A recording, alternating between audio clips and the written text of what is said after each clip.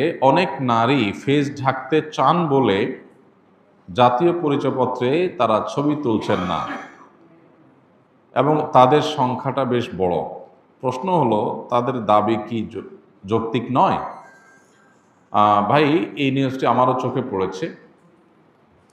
অনেক মহিলা, লক্ষ লক্ষ মহিলা সারা দেশে যারা ফেস ঢেকে থাকেন, তাদের মুখাবয়ব পরপুরুষের সামনে প্রদর্শন করেন না পর্দার বিধান রক্ষার খাতিরে।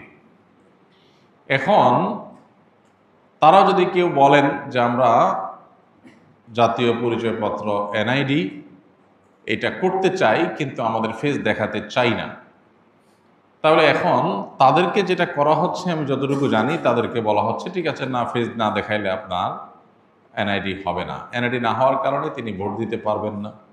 এনআইডি না হওয়ার কারণে তিনি সরকারি অনেক সার্ভিস থেকে বঞ্চিত হবেন, অনেক কাজ তিনি করতে পারবেন না, জমি জমা দলিল প্রমাণ অনেক কিছুতে তিনি ঝামেলায় পড়বেন। তো এই যে একটা ব্যাপার, এই ব্যাপারটা নিয়ে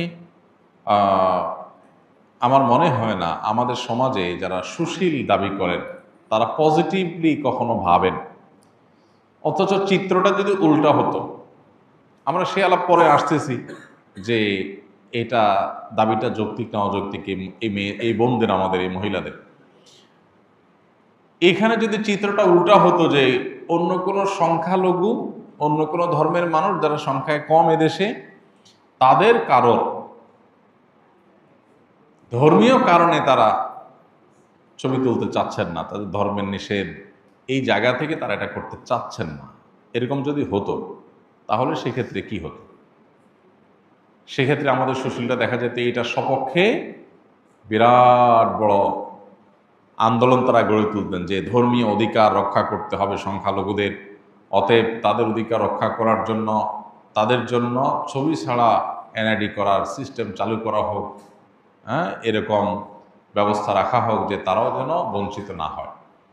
তিনি তার ধর্ম পালন করতে চাইবেন, সেটা সেই চাওয়া পূরণ করা উচিত, এটা তার সাংবিধানিক অধিকার। এখন আপনি তাকে বলবেন হয় তুমি এনআইডি কার্ডের ছবি তোলো, এনআইডি কার্ড নাও, আর নাহলে তোমার ধর্ম চর্চা ছাড়ো, আপনি এটা করতে পারেন না। এই অধিকারের কথাটা সেখানে উত্তর, কিন্তু এখন উল্টা তারা মাসআলা বলতেছে। মাসআলা যেখানে আলেমদের বলার কথা, এখন তারা মাসআলা বলতেছে, বলে যে না এনআইডি কার্ডের জন্য ছবি তোলা তো জায়েজ আছে, আপনারা কেন ঝামেলা করেন। ওনারা এখন মুফতি হয়ে গেছে। যারা এখানে মাসআলা দিতে আসছেন, ওনারা আসলে মাসআলা দিতে আসেন নাই, ওনারা মূলত মুসলিম নারীর ধর্মীয় অধিকার এটা থেকে তাদেরকে বঞ্চিত করতে আসছেন। এই মানুষগুলাই সুশীল সাজেন, এটা হলো সবচেয়ে দুঃখজনক বিষয়। লক্ষ লক্ষ নারী, লক্ষ লক্ষ নারী এদেশে তারা তাদের ফেস ঢাকেন, পরপুরুষের সামনে ফেস দেখান না। একটা রাষ্ট্রের লক্ষ লক্ষ মানুষ, অগণিত মানুষ, বিপুল সংখ্যক মানুষ, তারা তাদের ধর্মীয় চিন্তাধারা থেকে, ধর্মীয় বিশ্বাস থেকে যে কাজটি করেন সেটাকে রেসপেক্ট দেখানো রাষ্ট্রের কর্তব্য। যদি সেটা রাষ্ট্র না করে তাহলে তাদের ধর্মীয় অধিকার, ধর্মীয় স্বাধীনতা, তাদের ধর্মীয় যে সংস্কৃতি আছে সেটার প্রতি শ্রদ্ধা দেখানো হলো না।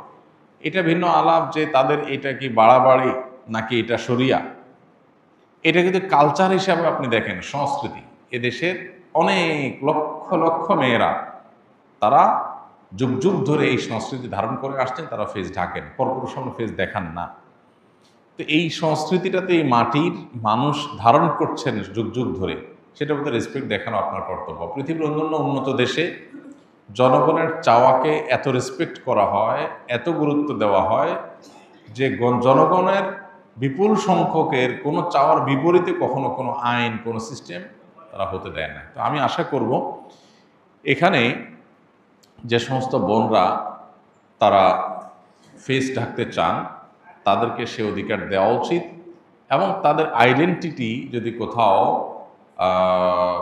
নিরূপণ করা কঠিন হয় তাহলে সেক্ষেত্রে বায়োমেট্রিক পদ্ধতি থাকবে, আরও বহু পদ্ধতিতে তাদের আইডেন্টিটি যাচাই করা যেতে পারে, সে অপশন থাকা উচিত। এটা তো দূরের কথা, আমাদের অনেক বোনরা আছেন, আমি জানি যে বিভিন্ন জায়গায় তাদের ছবি তোলার জন্য একজন পুরুষ লোক বসায় দেওয়া হয় এবং বাধ্য করা হয় একজন পুরুষ লোকের সামনে তাকে ছবি তুলতে হবে।